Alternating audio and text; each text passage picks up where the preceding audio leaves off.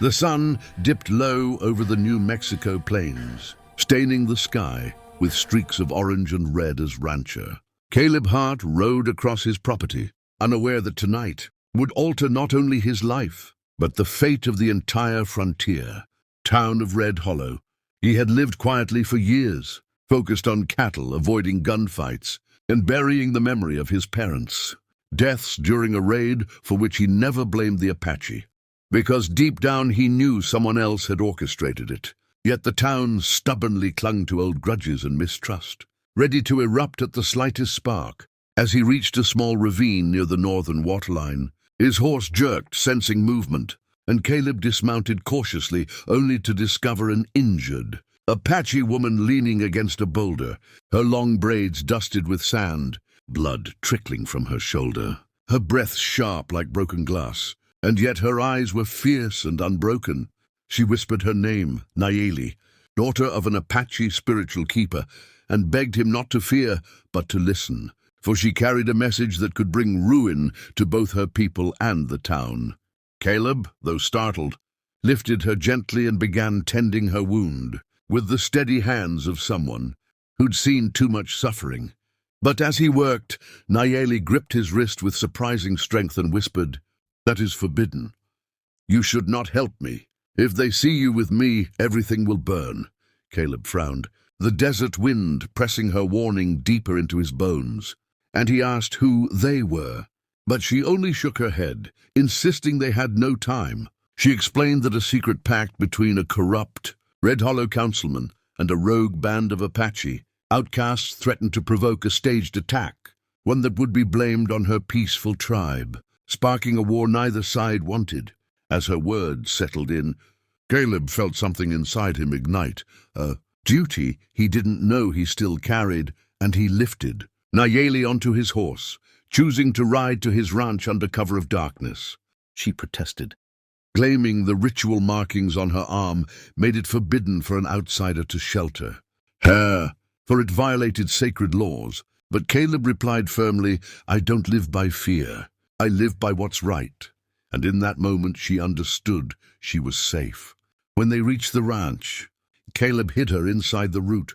Cellar as torches appeared across the horizon. Town, men searching, suspicious, angry, and a sudden thunder of hooves echoed as Marshal Kincaid announced that an Apache woman had escaped from a nearby valley and that anyone offering her shelter would be considered a traitor. Caleb's heart pounded, yet he remained calm, claiming he'd seen nothing. But deep inside he sensed that tonight marked the opening of a path he never asked for, but now had no choice but to walk. As the riders left, Nayeli whispered from below the floorboards, trembling, "If they find me, you will lose everything. You should not help me, rancher.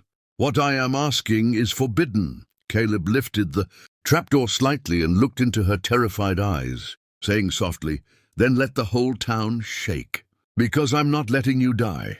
And with those words, destinies began to shift, forces stirred in the desert, and a hidden truth that had slept for decades prepared to erupt, pulling Red Hollow toward a reckoning it could no longer escape. And as the chapter of this night closed, the narrator's voice would remind viewers, "Friends, if you want to see how this dangerous bond unfolds and how one rancher's choice challenges an entire town, make sure to subscribe now, because the next chapter will shake the frontier to its core." Dawn broke over Red Hollow like a warning flare, the sky eerily calm, as Caleb prepared for the storm he knew was coming. For Nayeli's revelation had shattered everything he believed about the town he'd called home since childhood. Downstairs in the ranch's cellar, Nayeli explained the deeper truth. Her father, the spiritual keeper of her tribe, had discovered that someone from the town forged an alliance with an outlaw, Apache splinter group paying them to raid Red Hollow's outskirts, so townspeople would demand the removal of the real Apache tribe from their ancestral lands, opening miles of fertile territory for mining rights worth a fortune. Caleb's fists clenched with rage as she whispered that the mastermind was none other than Councilman Briggs, the man Caleb had known since boyhood, and one of the most respected elders in the community.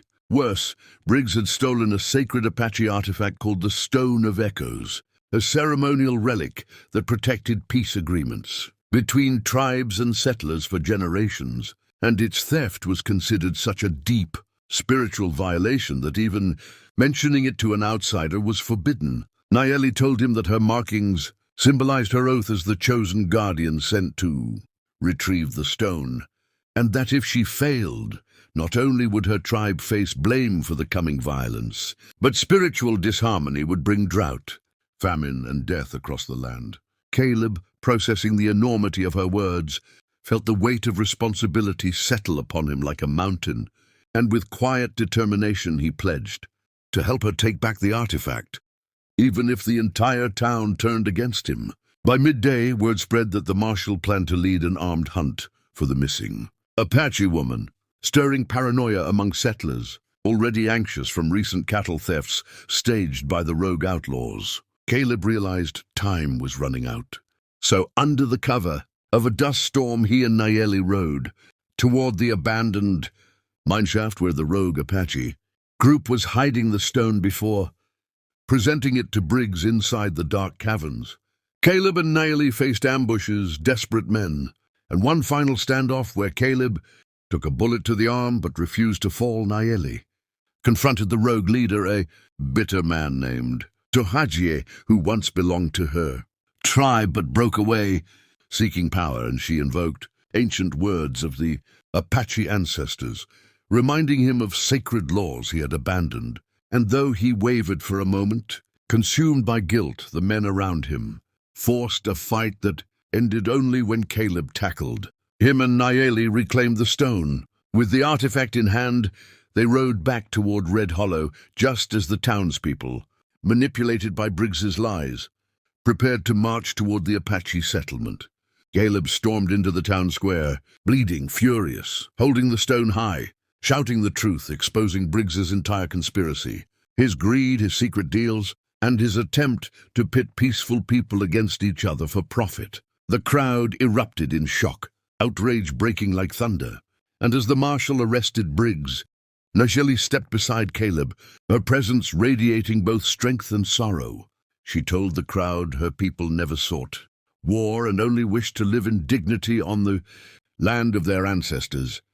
And for the first time, the hardened residents of Red Hollow saw an Apache, not as an enemy but as a guardian of peace. Caleb's defiance shook the town, forcing people to confront the truth about themselves and the lies they'd believed for years. By sunset, Nayeli prepared to return home with the stone, but she paused before leaving and whispered to Caleb, "What you did was forbidden, yet you did it anyway. You saved more than you know." And though he wanted to ask her to stay, he understood her duty was bigger than both of them. But she placed her hand on his chest, promising their paths would cross again, for destiny did not forget. Courage, especially the courage, to stand alone against an entire town. And as she disappeared into the desert light, the narrator's voice would rise with emotion. If you want more powerful stories like this, full of danger, mystery, and heart, don't forget to like, share, and subscribe. Your support inspires us to bring you the best Wild West tales on the internet.